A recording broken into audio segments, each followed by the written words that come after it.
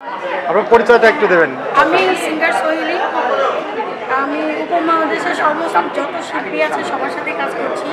উদিত নারায়ণ, কুমার শানু, বিনোদ রাঠোর, তারপরে সবার সাথেই কাজ করছি। এখন বর্তমানে আমি রোজারিতে গান ছেড়েছি।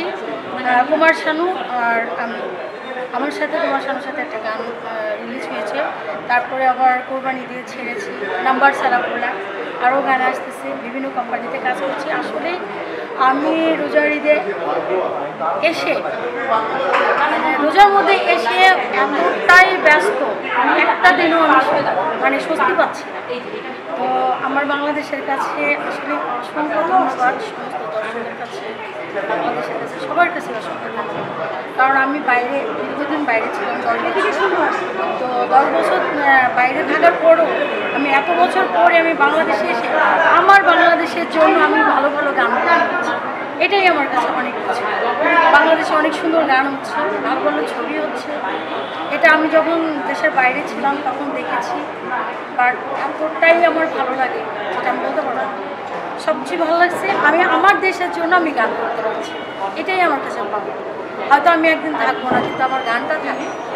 আর সমস্ত সাংবাদিক যারা আছে, সাংবাদিক ভাইরা, তাদেরকে অসংখ্য ধন্যবাদ, দর্শককেও অনেক ধন্যবাদ। কারণ ওরা যদি গান না শুনতো তাহলে আমাদের গান পরিপূর্ণতা আসতো। আজকে যে আপনি যে অ্যাওয়ার্ড পেয়েছেন আপনার কেমন লাগছে? হ্যাঁ, এটা আসলে আমি বাংলাদেশে এসে প্রথম অ্যাওয়ার্ডটা পেলাম। অ্যাওয়ার্ডটা অসাধারণ একটা প্রোগ্রাম হয়েছে। আমি নিজেও স্টেজ পারফরমেন্স করলাম। আমি নিজেকে অনেক ধন্যবাদ। দর্শকদের আপনার নামটা একটু আবার বলবেন। আমি সোহেলি সুলতানা, সিঙ্গার। দেশে বাড়ি? দেশের বাড়ি আমার কুষ্টিয়া। আমি থাকি বর্তমানে সবসময় আমি ঢাকাতেই থাকতাম।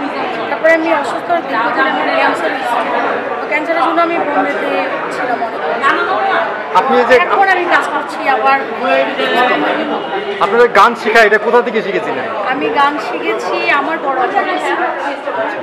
আমার বড় আপার কাছে শিখেছি। তারপরে বাংলাদেশে এসে উস্তাদ ইয়াসিন আলী খানের সাথে ইয়াসিন আলী খানের সাথে গান শিখেছি।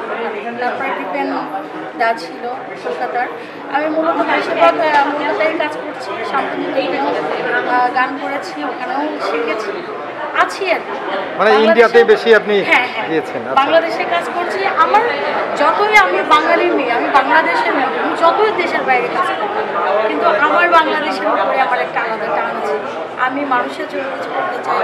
ছোটো ছোটো পথচারী শিশু, তাদের জন্য কিছু করতে চাই। যারা অসহায় বৃদ্ধাশ্রমী আছে তাদের জন্য কিছু করতে চাই। এটাই আমার আর কিছু চাই না। আমার কিছু দরকার নেই। আমি যেন সবার জন্য কাজ করি। Thank you very much. Thank you. আপনাকে অনেক ধন্যবাদ যে আপনি আরও অনেক দূর এগিয়ে যান। আপনার জন্য দোয়া থাকছে। ভালো থাকবেন। আল্লাহ হাফেজ।